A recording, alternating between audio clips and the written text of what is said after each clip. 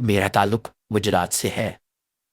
یہ کہانی میری بابی کے بارے میں ہے جسے سن کر آپ کے ہوش اڑ جائیں گے۔ بابی کا نام بطول ہے اور ان کی عمر 26 سال ہے، اور ان کا قد 5 فٹ 6 انچ، اور ان کا رنگ بہت صاف ہے۔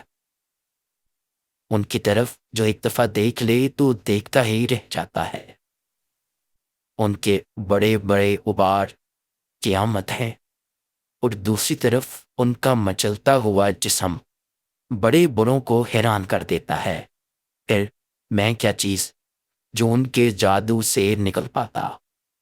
میں بس کسی چانس کا منتظر تھا۔ بس جیسے ہی مجھے موقع ملا تو میں نے نہ صرف بابی کو پیار دیا، بلکہ پیار کا ایک نہ ختم ہونے والا سلسلہ شروع ہو گیا۔ میں بابی کو کئی بار کپڑے بدلتے ہوئے یا نہاتے ہوئے دیکھ چکا تھا، مگر بابی کی طرف پیش قدمی کرتے ہوئے میری جان نکل جاتی تھی کہ اگر بابی نے شور مچا دیا تو میں تو وہیں مر جاؤں گا۔ مگر پھر بابی کو رجانے کے لیے ایک ترکیب میرے دماغ میں آئی۔ بھائی اکثر گھر پر نہیں ہوتے تھے، وہ ایک ایسی کمپنی میں کام کرتے تھے جس میں انہیں ٹور پر اکثر گھر سے باہر جانا ہوتا تھا۔ جب بھائی گھر نہیں ہوتے تھے تو میں اپنے کمرے میں اکثر 18 پازیٹیو کے کورز یا میگزین ٹیبل پر رکھ دیتا تھا۔ جب بابی مجھے جگانے کے لیے آتی تو انہیں وہ میگزین نظر آتے تھے۔ ایک دن جب میری آنکھ کھلی تو میں نے بابی کو ایک میگزین دیکھتے ہوئے دیکھا۔ بابی نے مجھے دیکھا تو کہا تو کچھ نہیں، اور مسکراتی ہوئی واپس چلی گئی۔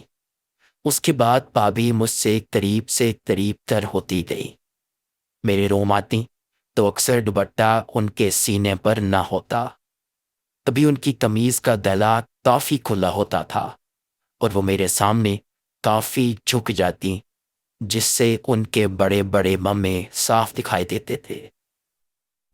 کبھی وہ کوشش کرتی کہ میرے زیادہ قریب بیٹھیں اور اپنا جسم میرے جسم سے ملا سکیں، کبھی پیچھے سے میرے اتنا قریب آ جاتی کہ ان کے بڑے بڑے ممے میری بیک سائڈ پر لگتے تھے۔ میں بابی کی انٹینشنز کو سمجھ چکا تھا، لیکن میں ابھی کوئی سٹیپ لینا نہیں چاہتا تھا۔ میں چاہتا تھا کہ بابی خود کوئی قدم پہلے اٹھائیں۔ آخر وہ دن آ گیا۔ بھائی اپنے ٹور پر گئے تھے۔ میں صبح اٹھ کر نہانے کی تیاری کر رہا تھا۔ میں نے اپنے کپڑے اتار کر ایک ٹاول لپیٹ رکھا تھا جس نے میرا لن بار بار باہر نکل رہا تھا۔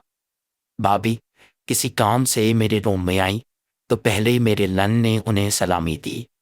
میں نے گھبرا کر لن کو ٹاول میں چھپانے کی کوشش کی۔